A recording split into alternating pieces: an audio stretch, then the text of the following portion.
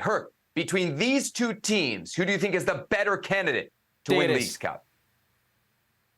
Así de fácil. Así de fácil. Teletigres regresó. Teletigres is back. It's not even a Tigres TV thing right here. Okay. Well, listen, you have to give Tigres their credit. And when I mean credit, I mean credit. They're the defending champions of Liga MX. They're the team that has the history behind them in the last 12 years, if you will, the winningest team in Mexican football. And they just won the championship. They know what it's like in that pressure moment to lift the trophy.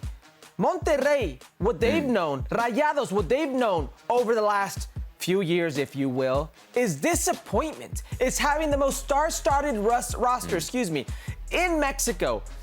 And one of the most star-studded rosters in Latin America and choking at the worst possible times. That's what Monterrey knows right now. And I know what you're going to say, and you may be right. Monterrey's got some reinforcements coming through. They've already got a star-studded roster. They're getting stronger. Canales, yes, he's going to be there. There's some rumors about Mora. He could be there as well. Fine.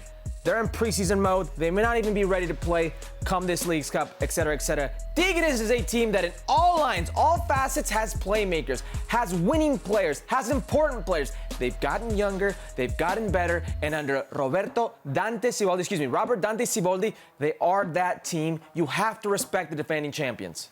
All right.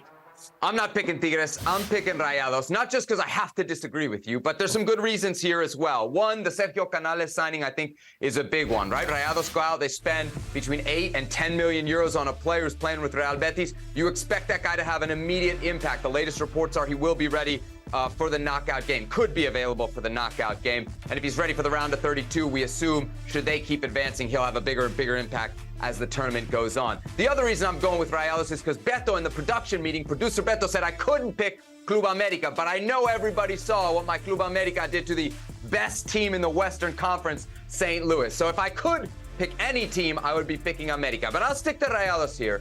And the final reason, Herc, is form, recent form, not just the destruction here of Seattle, which I think is awfully impressive, the destruction as well of RSL. Rayados have not lost going back to last season. So on form, I'm loving Rayados. Now, my one question is, how much of that form, specifically the game against Seattle, was bad Seattle? Because I got to get your Sounders TV take here. Where on the fracaso meter does this rank for your Sounders? Just two things. Sergio Canales, they're trying to get their own Gignac. Everybody wants their own Gignac in Liga MX. Guess who has their own Gignac?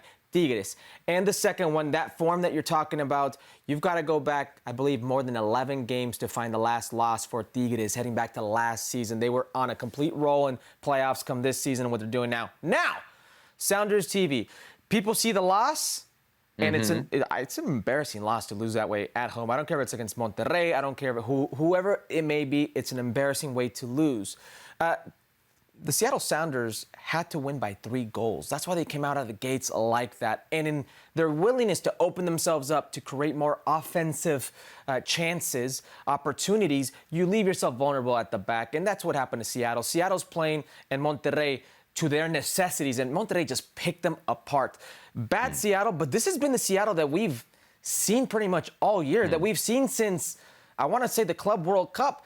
You worried? You worried about Sounders when MLS regular season kicks back in? I was worried when they let Garth Lagerwey walk away. That's when I started getting worried. He was that important to the Seattle Sounders. I don't think Adrian Hanover and the Seattle Sounders knew exactly what life without Garth was going to be like. They're going to get that now. But the Seattle Sounders team is older. They've grown stagnant, complacent. They're used to each other, so Brian Schmetzer is having trouble getting the most out of these players.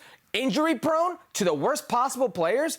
Important players like Raul Ruidiaz, Christian Roldan, Jordan Morris over the years, whatever you want to go. This team is no longer that battle-hardened winning DNA team. It's just a battle-hardened team that's limping around at the moment because they've not been healthy and they've not been good.